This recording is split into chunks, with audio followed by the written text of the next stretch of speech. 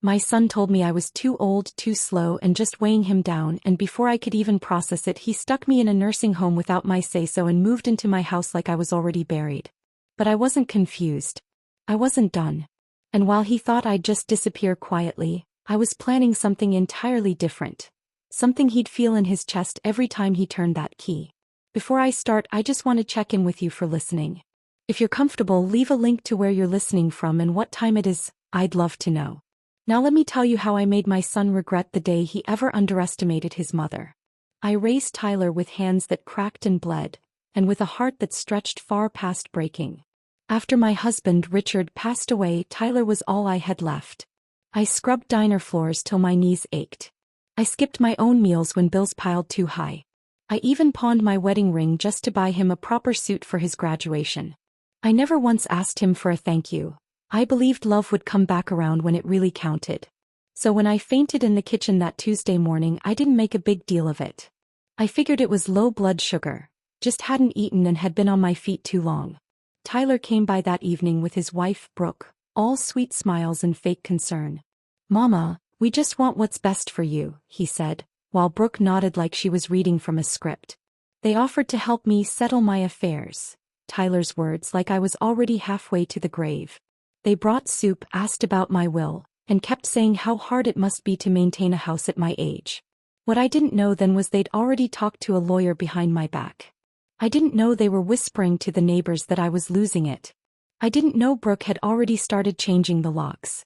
A week later they invited me to lunch, just the three of us. "You need a break," Tyler said, smiling like it was a gift. "We're going to spoil you." I didn't pack a bag. I didn't take a charger. I didn't even wear decent shoes. They drove me to a place with beige walls and fake flowers in the hallways. "Just for a few days," Tyler said. "Get some rest. The nurse will help you settle in." Then he hugged me like it meant something, and Brooke kissed my cheek, her lip gloss cold and slippery on my skin. And then they walked out and never came back. The room they left me in had no family photos, no calendar, no books, just a single dresser and a bed I didn't choose. I asked the nurse if I could call my son.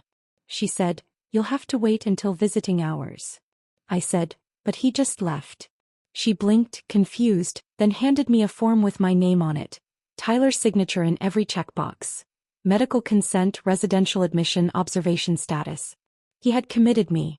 I sat there on that stiff, unfamiliar bed, hands folded like I was in a church pew, staring at the floor and trying not to shake. But I shook anyway. The next morning, I asked the front desk if I could speak to the administrator. I told her it had to be a mistake. I wasn't senile, I wasn't dying. She looked at me like a ghost who didn't know she'd already passed. "Your son said you're not safe alone," she told me. "He said you get confused. We were told to prepare for long-term placement." I wanted to scream, but something in me knew that if I raised my voice, it would only prove their point. So I waited. I sat in that little room for 3 days. On the 4th, I finally got access to a phone. I called Tyler, straight to voicemail. I called again. And again. Then I tried Brooke. One ring, then blocked. Walked. The same woman who used to cry in my kitchen about how hard marriage was had now cut me off without a word. I sat in a stiff-backed chair, staring out the window into a courtyard full of people who barely remembered their own names. Some drooled. Some shouted into nothing. Others just stared into space. And I thought, is this really how I end? After everything I gave, everything I held back to give him a future. Though it wasn't. That night I asked the night nurse for a pen and notebook. I told her I liked to journal.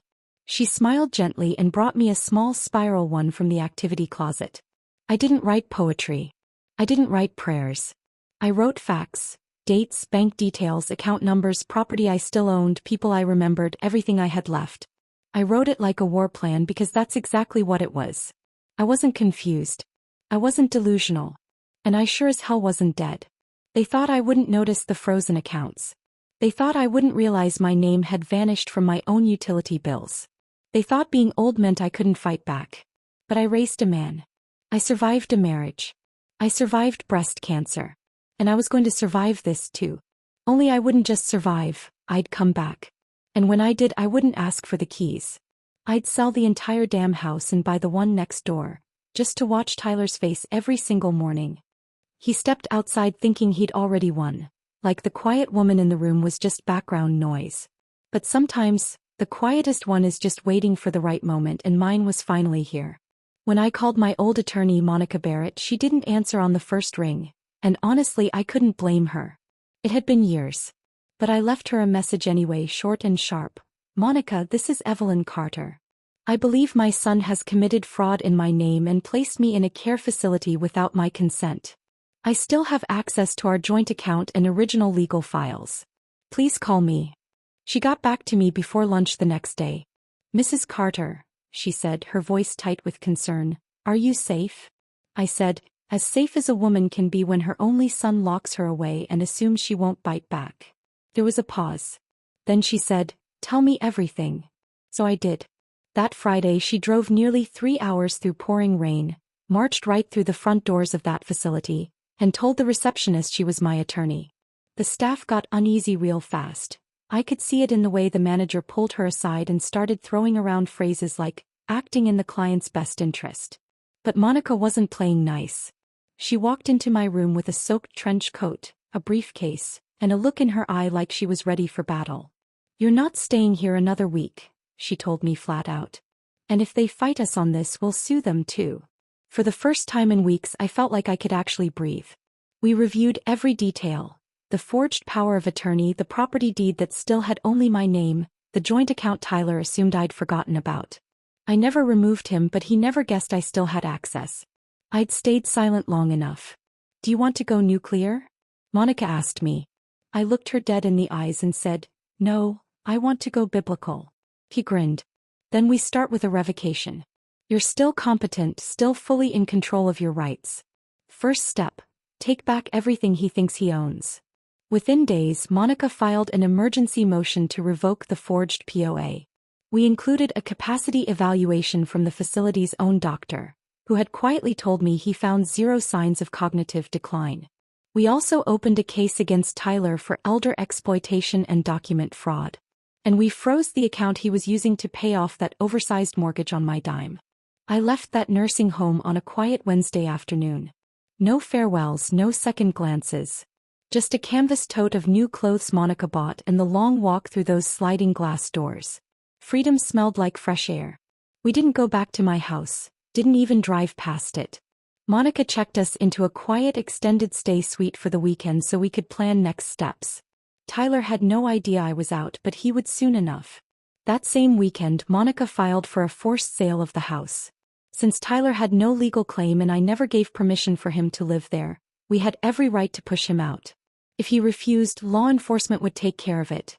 And since my name was still the only one on the title, every dollar from that sale would land in my hands. I pictured him and Brooke sitting smug on my old velvet couch, sipping wine they couldn't afford, talking like they'd inherited the house from a confused old woman. They didn't inherit anything. They stole it and now they were going to choke on it. Within a week, the motion cleared its first round of hearings. We served them at 7 a.m. sharp on a Tuesday morning. Monica's private process server later told us Brooke screamed, and Tyler went pale as snow before slamming the door. I didn't need to see it. Just hearing it was enough. That evening my phone lit up with an unknown number. I let it ring. Then it rang again. And again. The third time I picked up. Mom, Tyler's voice was small, almost like a scared little boy. We got something in the mail today. Is this for real? I said nothing. He pressed on. You can't be serious. You're going to kick me out of my own house. I took a breath and replied, you mean the house you kicked me out of? Silence. I never signed anything, I told him. You forged my name. You froze my accounts. You tried to erase me like I was already gone. He stammered, that's not what happened. But I kept going. I was dumped in a nursing home with no warning and no clothes. I was lied to, manipulated, and legally ambushed. So yes, Tyler, I'm absolutely serious. Then I heard him hesitate. Mom. Brooke thought. I don't give a damn what Brooke thought. You're the one I raised, I told him, my voice steady. And you let her bury me alive while I was still breathing. His voice cracked. You're really doing this? Yes, I said calmly. You've got 30 days to move out. I hung up before he could say another word. That night, for the first time in months, I slept through without waking. Monica and I toasted with sparkling cider in paper cups and watched reruns of old game shows in our hotel room. It wasn't fancy, but it was mine. My moment, my decision. The next morning we met the buyers. A young black couple, newly married, glowing with excitement about their first home. They walked through the place slowly, pausing to admire the garden, the arched hallway, the warmth in the walls. "I think this house wants to be loved again," the wife said, brushing her fingers across the kitchen counter. I smiled and said, "It does." I accepted their full cash offer before the day was over. We closed in under 2 weeks. Tyler didn't respond, but Brooke did. She sent me a message on Facebook. "But we're your family. I can't believe you're doing this. This was our future." I stared at the screen for a long moment, then typed back, "No. I was your past. And you buried me too early." Then I hit block and didn't look back. I didn't cry. I didn't smile. I just breathed steady and clear and waited for moving day because I had one more step to go. The final one. The best one. When I walked through my old house one last time, it was hollow, nearly empty. Faint dust outlines showed where furniture had once been, and the air still smelled faintly of that artificial lavender oil Brooke used in every room, the kind that always gave me a headache. They were gone. Tyler hadn't even contested the court order. He didn't show up for the final walkthrough. Brooke left behind a box of half-used lotion bottles and a handwritten note taped to the fridge. "You'll regret this." But I didn't regret a single thing. The sale went through smooth and legal. That young couple called it their dream home. I shook their hands at closing, wished them well, and walked away without a glance over my shoulder.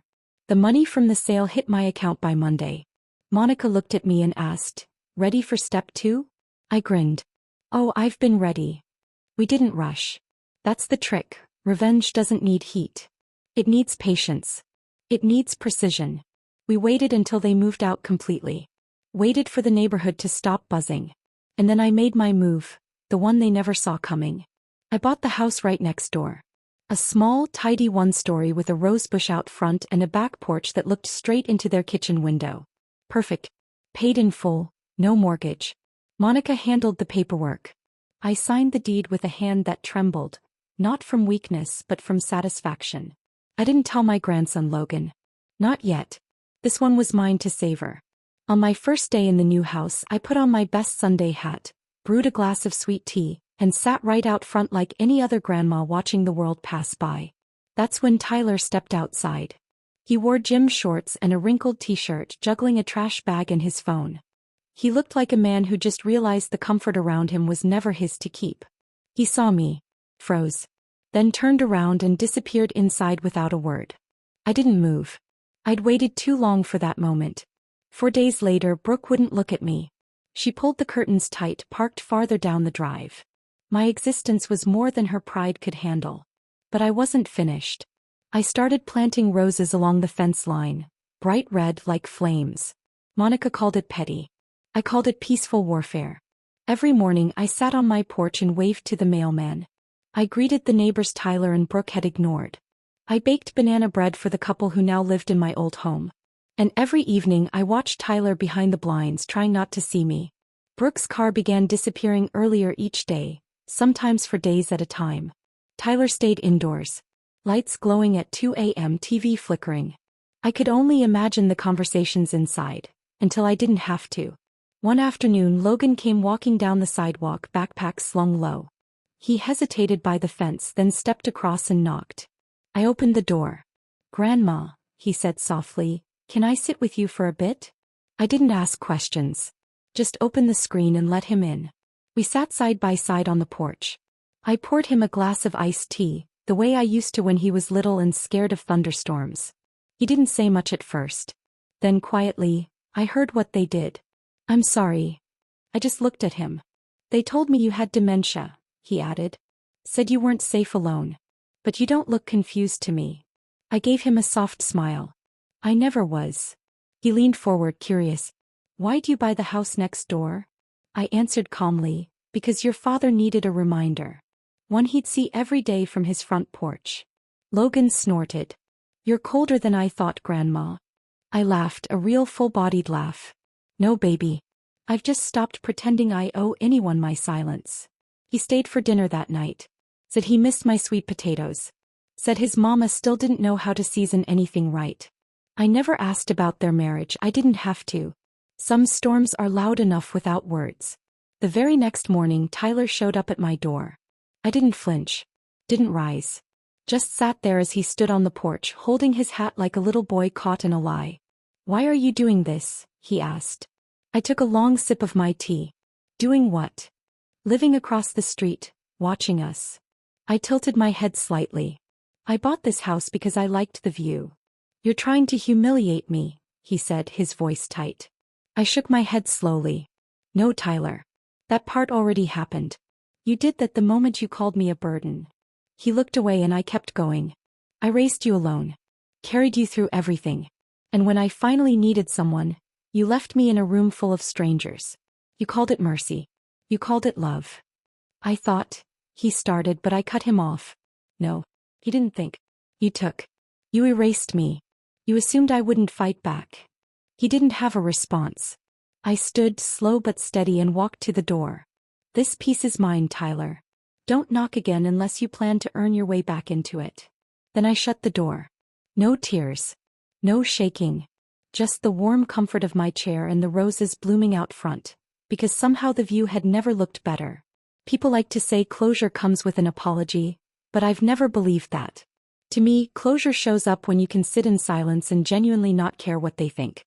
When their presence doesn't stir your heart, when your peace is louder than their shame. That's the kind of quiet I woke up to every morning. The roses along my fence were blooming brighter. The kitchen smelled like lemon polish and cinnamon toast. I'd picked up painting again, small things at first, color tests, texture practice. Then one morning I painted a picture of my old house from memory, except the windows were all fogged out, because that's what it felt like now. A beautiful place haunted by people who refused to see clearly. Tyler hadn't spoken to me since the day he stood on my porch. I'd see him checking the mail or dragging the trash cans out, but he never looked my way. That was fine.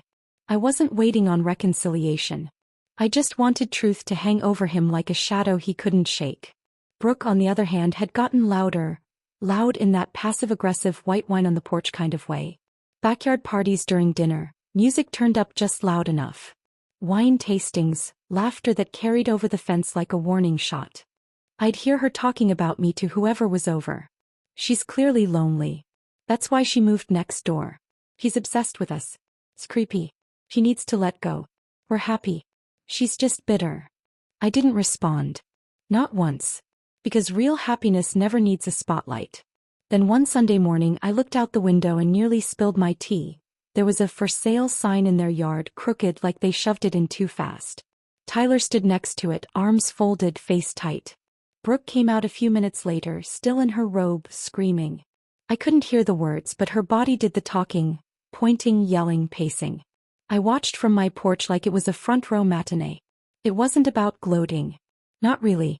It was about watching the storm I'd already survived finally crash into the people who created it. Later that week, Logan came over again. He'd been visiting more often lately, said he liked the quiet, said he missed real food. I didn't ask too many questions, but I noticed how he never seemed to spend the night at home anymore. He was 14, stuck between two parents who lied and a grandmother they tried to erase. He asked if he could help me in the garden. I handed him gloves and a shovel.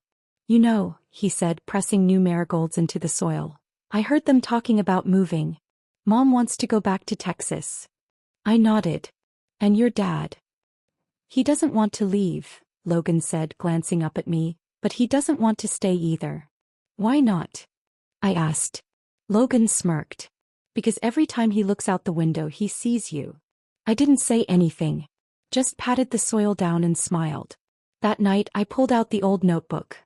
The one from the nursing home, the one where I'd written everything down like a battle plan. And on the last page I wrote one final line. "They thought they buried me. They didn't know I was a seed." Then I closed it for good. 2 weeks later the for sale sign came down. Not because someone bought the house, but because Brooke left. I saw her load the trunk with boxes, her jaw clenched, her eyes hard. No hugs. No parting words. She didn't even look at Tyler. Just got in her car and drove off like the driveway was on fire. Tyler stayed on the porch for hours that evening. No music. No lights. Just him and the weight of his own mistakes. I considered walking over, saying something, offering him the kind of grace he never gave me. But I didn't. Because that silence, that was his to live with. Later that night, Logan knocked on my door. "She left," he said. "Didn't even say goodbye." I let him in, made us hot cocoa, and sat beside him on the couch while the jazz radio hummed low in the background. He didn't talk much, just stared at the wall. And I let him, because sometimes silence says everything that needs saying. "I don't get it," Logan said one evening, his voice small but searching. "They had everything." I looked over at him and said gently, "No, baby. They took everything and built it on lies. That doesn't last." He nodded, quiet, and after a pause asked, "Can I stay here tonight?" I blinked, caught off guard, but my voice was warm. "Of course you can. Any time." He stayed the whole weekend. We cooked together, played cards at the kitchen table, and I pulled out old photo albums filled with memories his father never cared to share.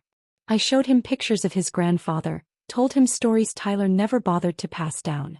Logan laughed, really laughed, and in that laughter I saw something that cracked my heart open a little. He still had that light in him. Still had a chance to choose a different road. Maybe this wasn't just a story about revenge. Maybe it was about reclaiming something deeper. A name. A history. A kind of love that doesn't disappear just because someone labels it inconvenient. That night, as I tucked Logan into the guest room, he looked up and whispered, "You're not a burden, Grandma." I smiled, my throat tightening. "I know that now, baby. I know." And as the porch light glowed and the curtains fell soft across the windows, I sat beside them and watched the house next door, now quiet, dim, and hollow. And I thought, this is what justice sounds like. Not anger. Not shouting. Just the hum of peace finally settling where pain once lived. It had been 3 weeks since Brooke left. The house that once buzzed with noise and cheap laughter now looked like a forgotten shell. No more wine tastings. No more clinking glasses. No porch light left burning after dark. Even the curtains stayed drawn in the daytime. Tyler's car hadn't moved in days, buried under a thin coat of pollen, like it had given up just like its owner. Funny, isn't it? All that noise, all that pretending, and in the end just silence. I'd catch glimpses of him sometimes, slouched on the couch in the same wrinkled t-shirt, eyes hollow, like the walls around him were talking and he couldn't find the words to reply. Other times he sat on the porch with a beer and a lost look on his face, like he still hadn't figured out how everything slipped right through his fingers. He didn't look over at me, but he didn't need to. He could feel me there, just like I once felt the chill of his absence when I was locked away, wondering how my only son could toss me aside like I was too heavy to carry. Now he was carrying it alone. Logan had practically moved in by then.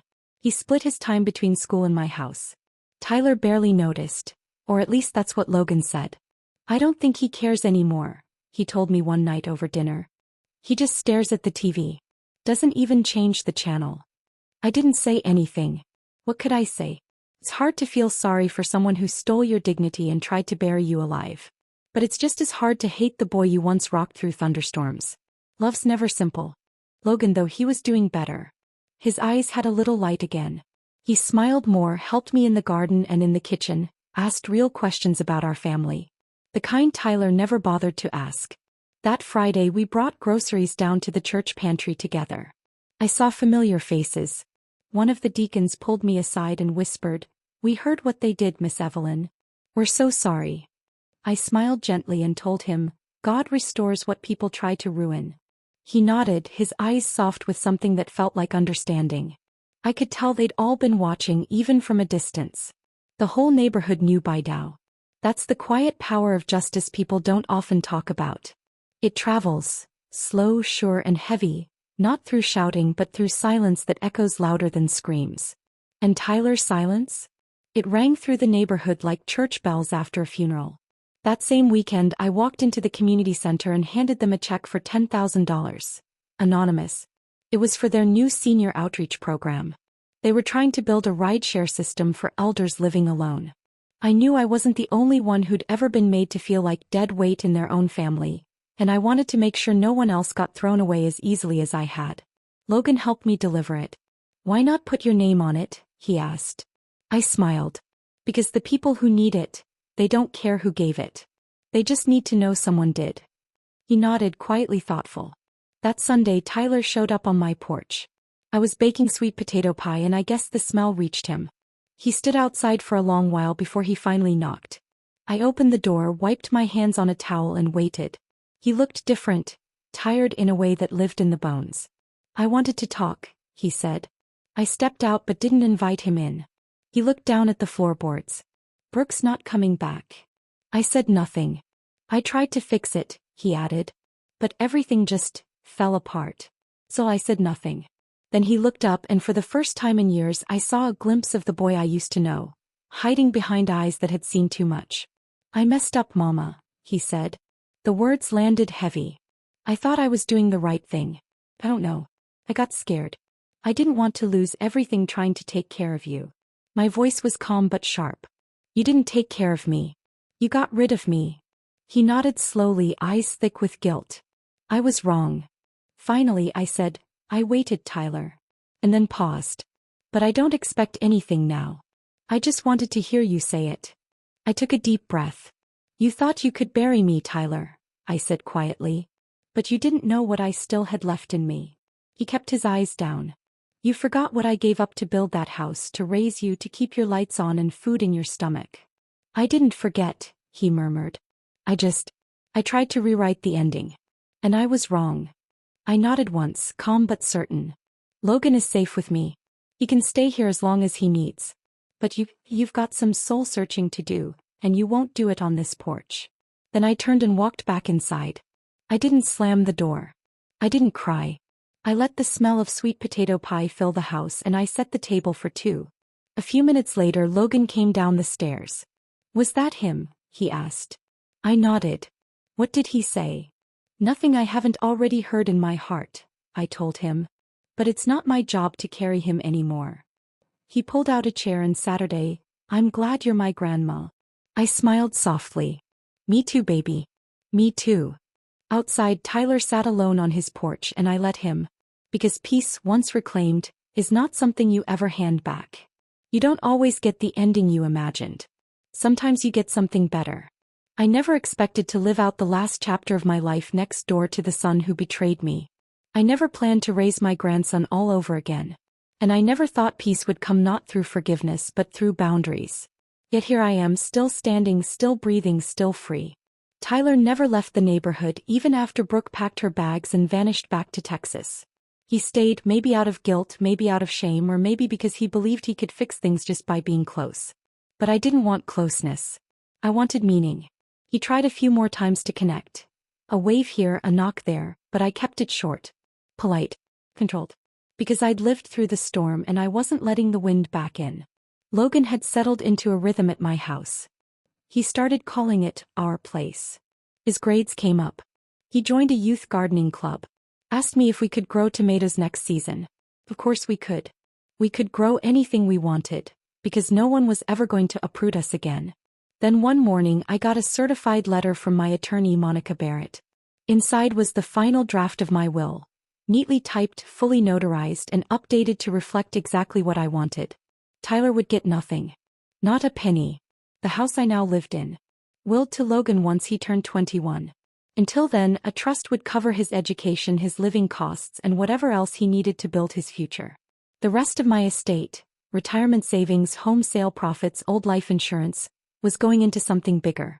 A fund I started through the community center, the Carter Legacy Grant. Designed for older women in crisis.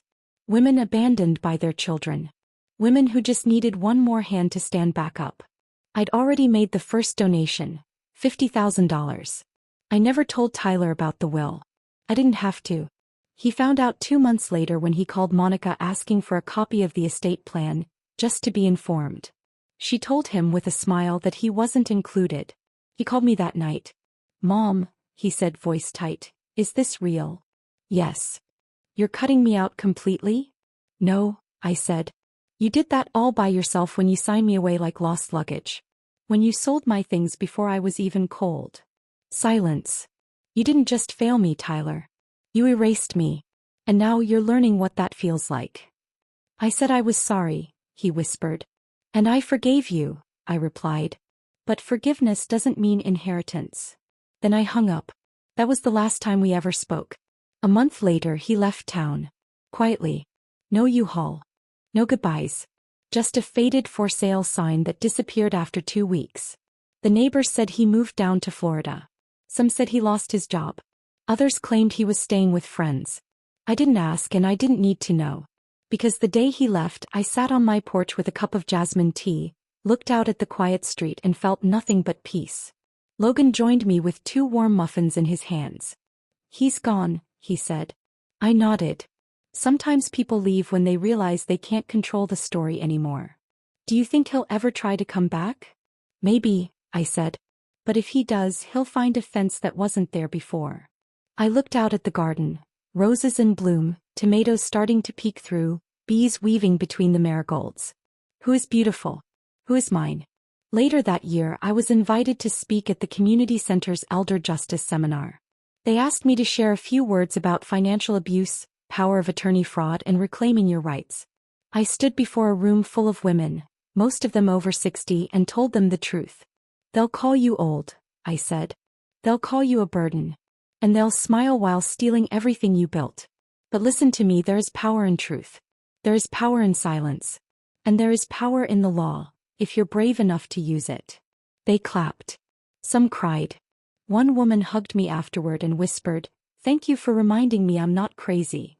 That's what this was always about, not just revenge but legacy.